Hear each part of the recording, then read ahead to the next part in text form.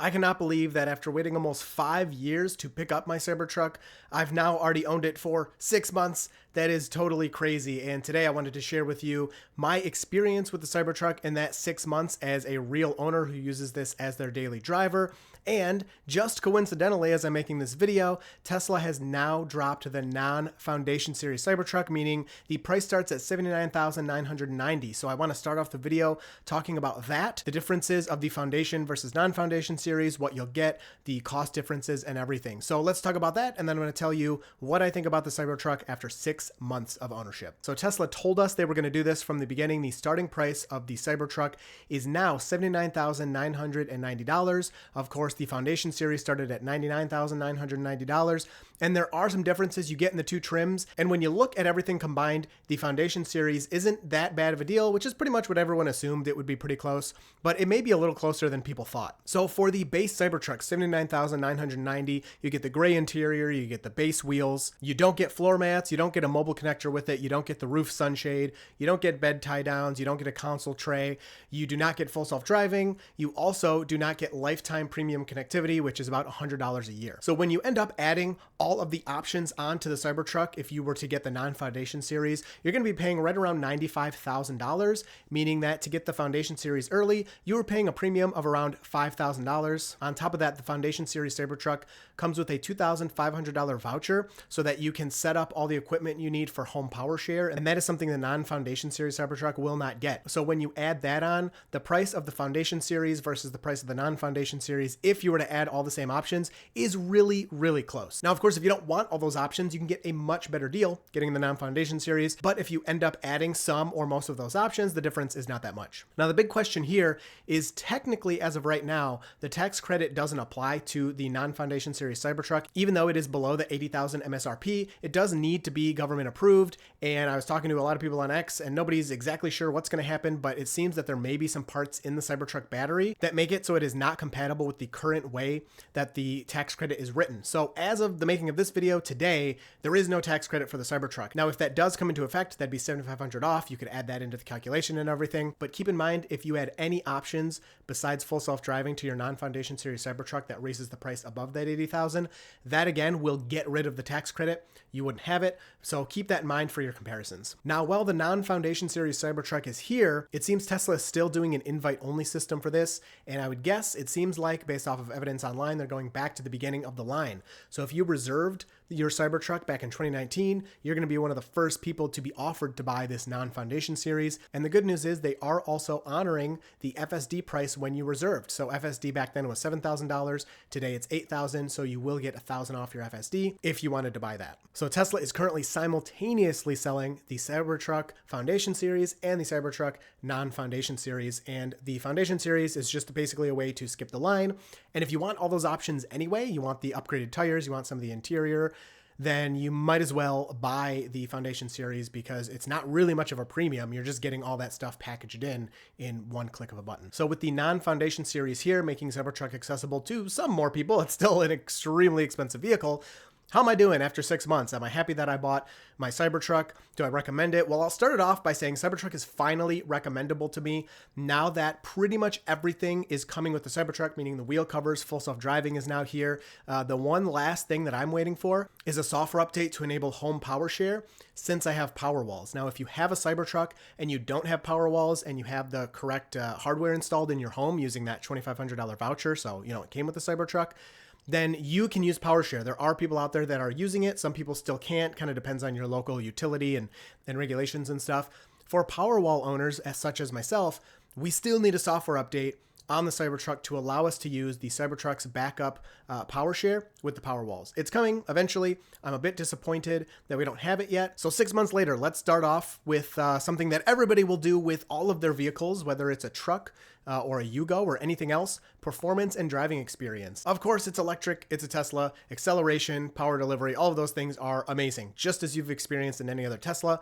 I have driven EVs from other manufacturers. It seems maybe they're getting better at this, but most of them seem to put some kind of weird artificial delay on their accelerator pedal. So in an electric vehicle, the torque is near instant. Pretty much the second you put that pedal down, at least according to physics, you can have pretty much all the power. I don't know why, but a lot of other manufacturers, EVs that I've driven, they put some type of artificial delay on there, maybe to make it more similar to a gas car, maybe they think it's safer or something. I don't know what it is. In Teslas, you don't get that. The second your foot is touching the accelerator, you are flying. It's like your brain is directly connected to the vehicle, and it's going to accelerate the second you even think about accelerating.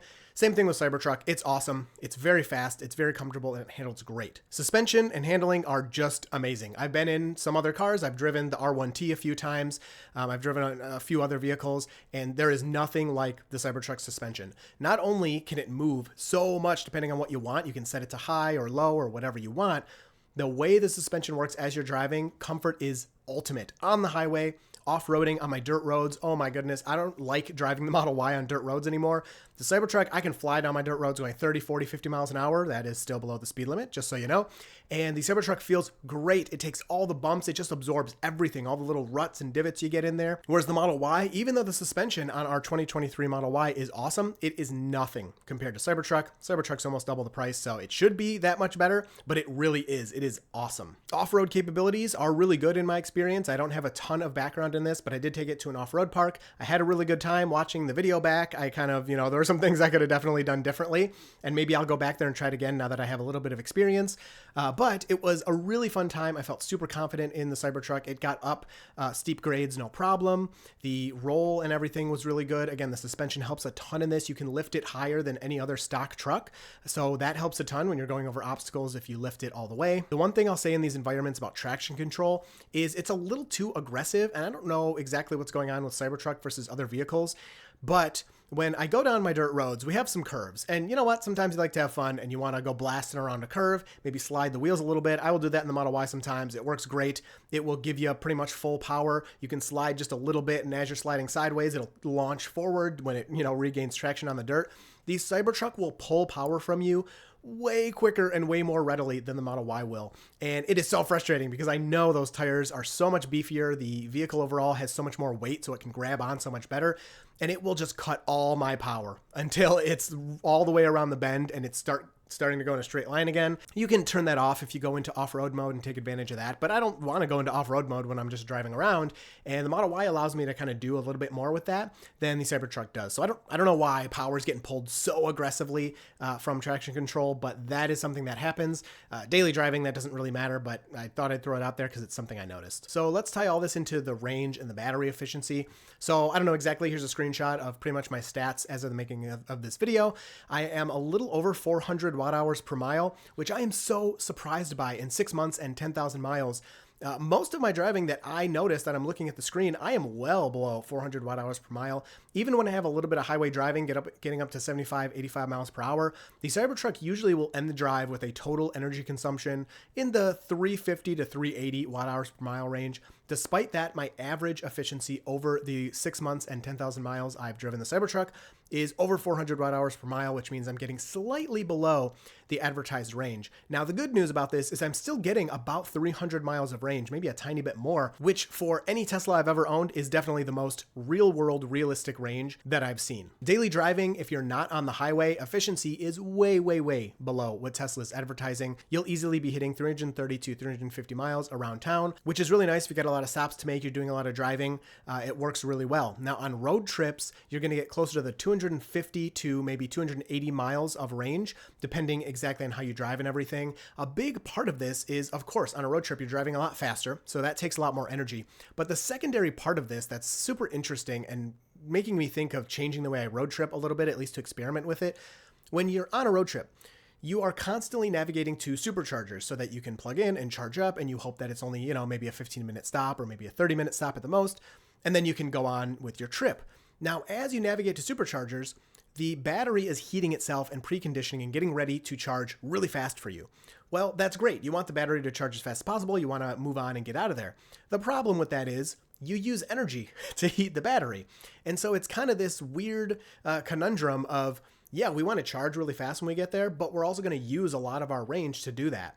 And part of me thinks that if you were to drive in a certain way, not that most people need to think about this, you can just plug in your destination and follow the nav, it doesn't matter.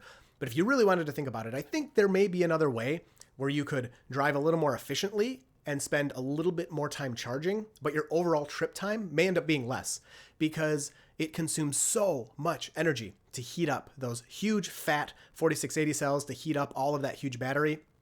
I don't know, I'm just kind of guessing on this. It's just my experience from our road trip. But overall, our Cybertruck works great for road trips. And I want to talk about the first thing we pretty much did with Cybertruck when we got it is take it all the way from Michigan to Florida. And that worked beautifully. And you may be like, yeah, it's a Tesla. There's chargers everywhere. You know, no duh.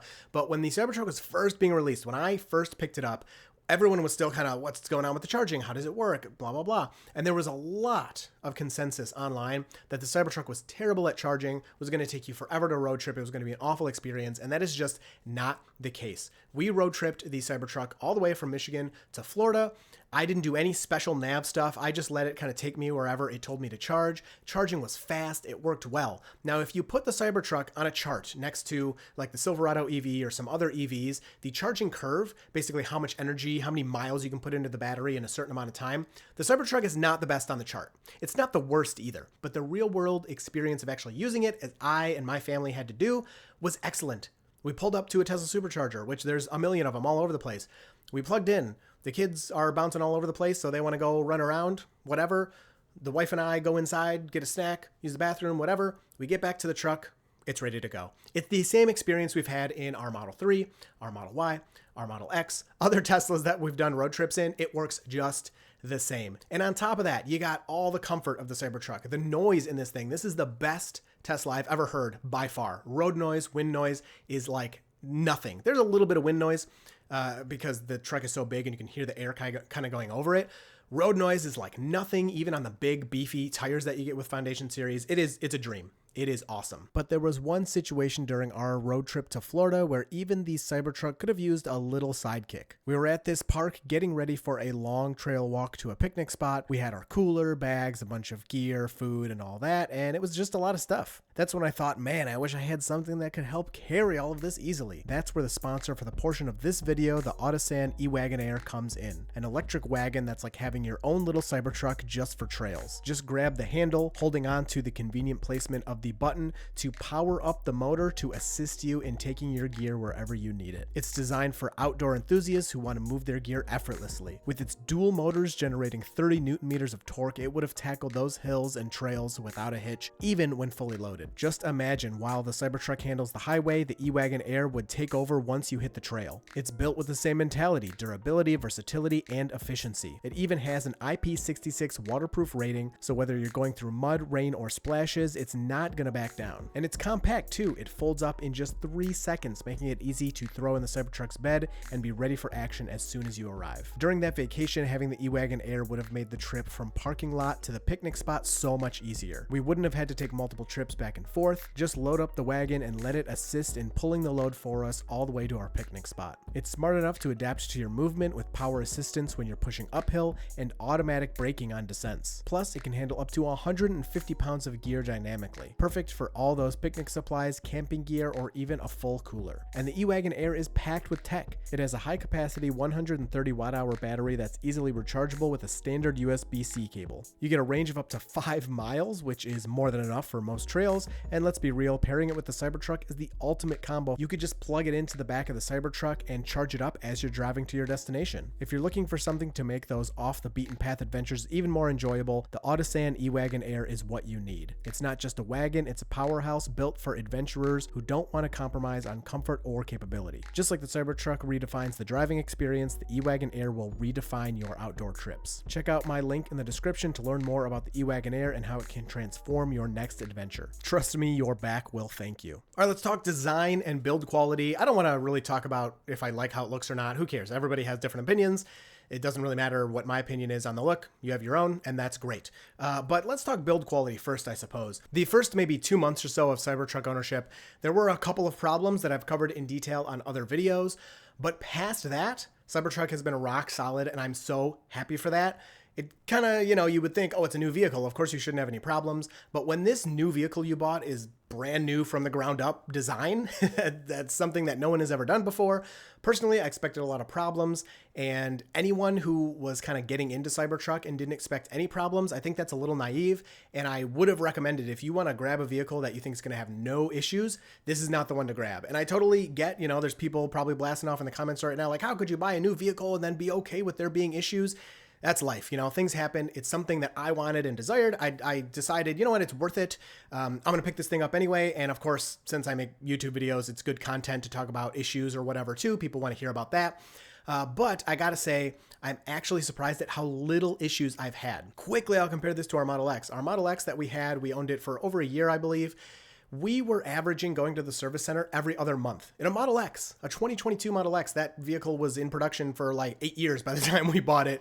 And we were having all those issues. Cybertruck had been in production for like a couple of months by the time I bought it. There's only really 4 issues I'll blast off here really quick. And if you want to see them in more detail in other videos, you can. Number 1, the passenger side trim on the top, the A-pillar trim, came off and was kind of flapping in the wind. I had to take that to Tesla and they took it off. Gave me a new one because it had bent because it came off, and they repaired that. Hasn't been an issue since. Number 2, the passenger side also, the window over there, that window shattered, and I had no sentry mode footage. I had nothing. I sent pictures to Tesla, and they said, yeah, it looks like it just shattered. It doesn't look like anything hit it, so we'll replace that under warranty. So both of those were fixed for free. Number 3, I just recently, poor Tesla, too bad this didn't happen at 7 months because I couldn't have included it in the 6-month review. But the center console, I believe, or maybe the passenger seat, I can't exactly tell yet, has started creaking.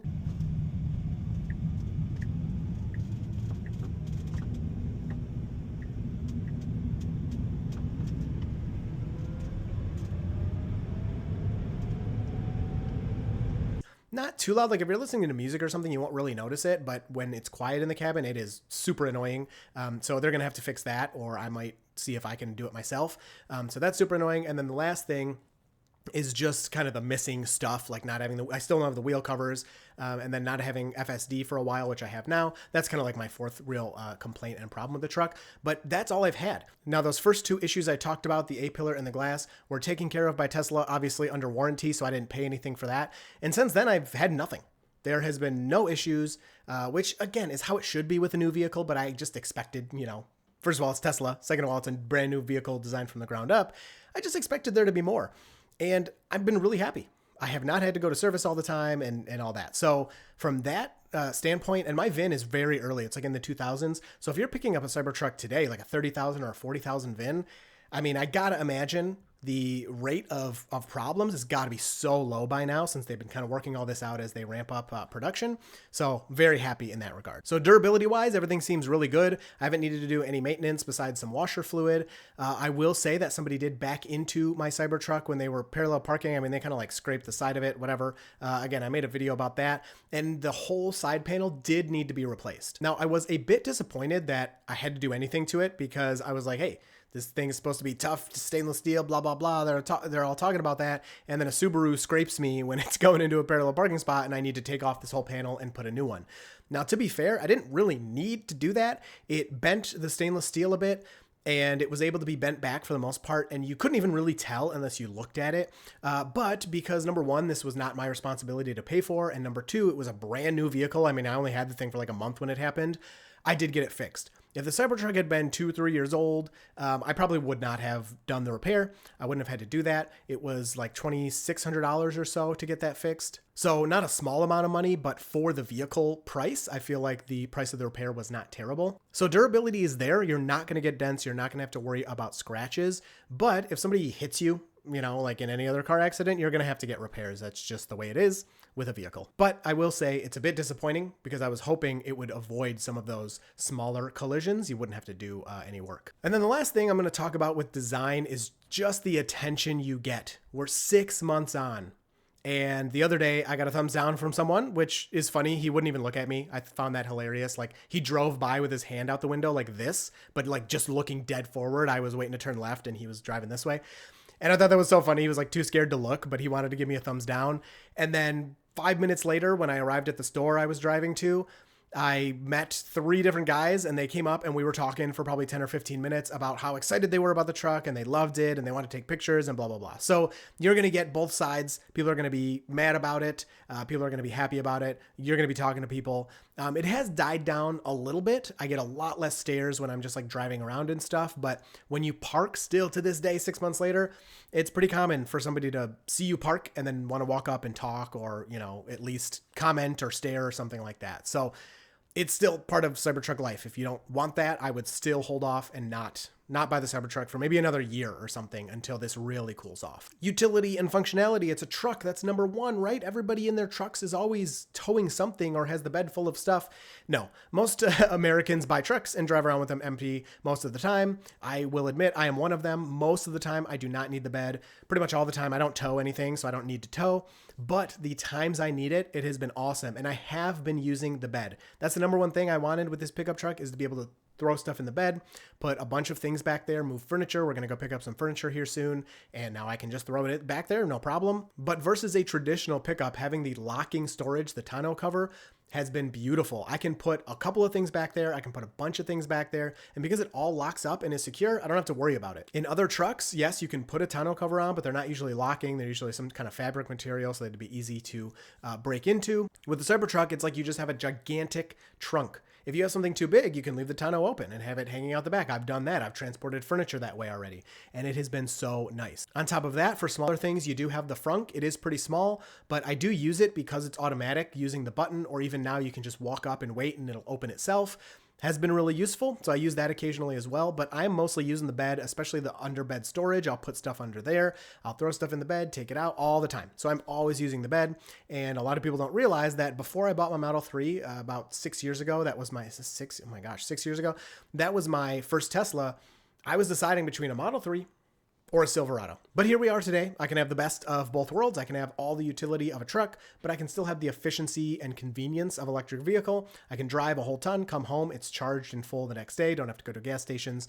So I am enjoying having all of that in one. So next we can talk about technology and features. So I want to start off with autopilot and full self-driving. I'm so happy it's finally here. I was getting pretty frustrated with that. I really enjoy using full self-driving all the time. I like making videos about it, but I also just like using it because I just drive a lot. And it really does pull the stress off of driving. Yes, you're still paying attention, but for 95 or 99% of the driving, the truck now can do pretty much everything. You still got to watch it. Sometimes it'll wiggle the wheel weird, or maybe take a turn too sharp or not sharp enough or something like that. But for the most part, the truck is taking all the burden off. You're chilling. You're just looking around, watching, making sure everything's good. Take over maybe once or twice a drive. Maybe you take over 0 times per drive. It's really nice.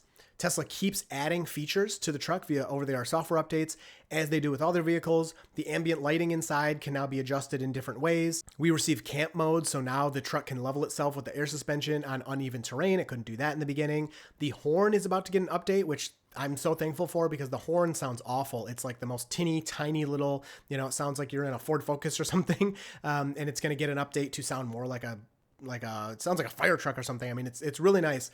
Again, it's not that big of a deal, but just continuing to get these additions, these improvements over time is one of Tesla's best attributes. And luckily, the Cybertruck is bringing that as well, and we're constantly getting updates, new features added. The interior screens are amazing. The quality is just the best I've ever seen in a vehicle, including other Teslas. Of course, everything is super responsive, super fast, and works great. You would expect all of these things, but I do want to cover them because, sometimes the ball gets dropped. But no, everything did come together in Cybertruck. It's all working as you'd expect, and even better most of the time in my experience. So I've gotten some questions about the practicality of daily use. Some people are concerned that the Cybertruck is so big. It's going to take up so much space. It's going to be hard to drive around. It's going to be hard to park. I do want to put out there, it's pretty much the exact same size as a standard F-150. Everyone, even in person, when they're standing next to the truck and looking at that, when I say that little fact, they're like, whoa, really? I can't believe it. But width, length, all of that is pretty much similar to a standard F-150. And those are all over the place, everywhere. They're always parking. Now, they are still pretty big vehicles overall, and you will hang out of parking spaces a little bit, especially in smaller parking spaces. You will take up the whole parking space. You'll be close to the vehicles next to you. And I will touch on FSD does feel a little more, I'm a little more cautious with FSD because the Cybertruck is so big and it's brand new using FSD. But overall, daily use is great. And that is thanks to the steer-by-wire, which is one of my favorite features of Cybertruck. It's variable steering. So at lower speeds, you turn just a little bit and the whole truck is turning for you. At higher speeds, you turn just a little bit and the truck is barely moving. So the steer-by-wire and the variable steering ratio is just amazing. Everything about it makes it feel like a small, nimble car that's driving all over the place. Even though the truck is large, it is a big vehicle, it is super easy to maneuver. Parking for me at first was really difficult. I was always having a problem getting in the space evenly and pulling up not far enough because it feels like you're really close to stuff, but the nose of the Cybertruck is so stubby that even though you think you're really close to something, you're still like a foot or a foot and a half away, and you have tons of space. So I will use the front bumper camera, which is another amazing feature that I love, I'll park, I'll bring that up pretty much every time. Still to this day, I'll go, oh, I haven't pulled up far enough, and I'll pull up more. And then, I'm good in the parking space. So the Practicality daily use is great. I mean, it's super comfortable. The seats are amazingly comfortable. You have both heated and cooled seats.